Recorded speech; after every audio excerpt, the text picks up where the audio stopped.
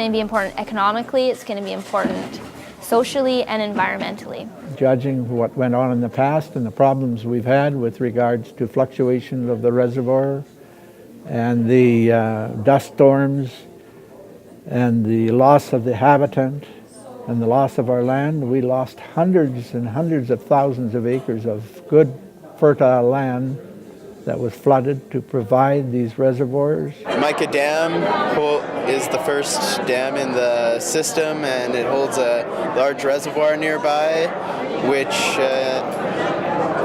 fluctuates quite heavily, and it's an important wildlife area. I feel what we lost through the reservoir and the natural country we had and all the natural things we've had, the moose have never come back the way they used to be, and a bush caribou are pushed out pretty well. I'm interested in knowing how the treaty can help protect these species into the future. One of the important issues that the Columbia River Treaty is going to need to consider is the environmental costs that are going to be associated with it. There should be compensation for the area lost for the wildlife and for the fishery value. There should be maintenance of the road up to the Bush Harbor, the boat ramp. At the moment, Kinbasket Lake is accessible. 2 weeks ago it was accessible on June 14th at the 10-mile mark, so we have to travel 10 miles to get to the water. Our First Nations people have been left out, and it's wrong. This is wrong, and it should be addressed, and it should be addressed now. What we have lost in terms of our best farmland, in terms of our best timber producing abilities. The biggest impact was on the northern and southern legs of the Kinbasket Reservoir, where much more terrain had been flooded and is affected by the rise and fall of the storage. We suffer the most, I feel, from the loss of access for the forest industry.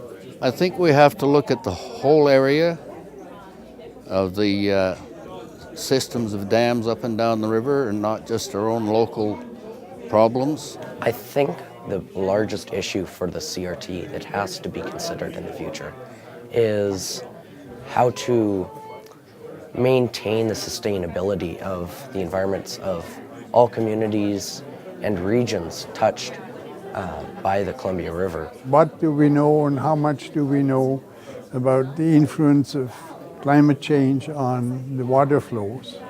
And how do we make the decisions we have to make concerning the Columbia River Treaty if we aren't sure what the water flows are going to be? This go around, I'm really thinking that it would be really important for the people of the valley and the people of all of the Columbia Basin to be able to have a say and be able to convey their interests to the province so that we can have a better negotiation. Are we going to get a lot more money out of some of these benefits that are coming up? Or?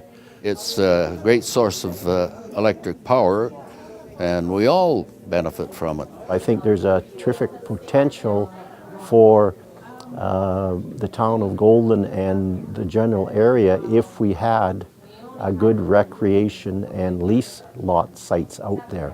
Valemount's residents, they use Kinbasket Lake Reach for recreational purposes, for boating. There's a local marina. They've got fishing derbies on this marina. I mean, all those are trivial, seem trivial to the greater provincial and national energy budget.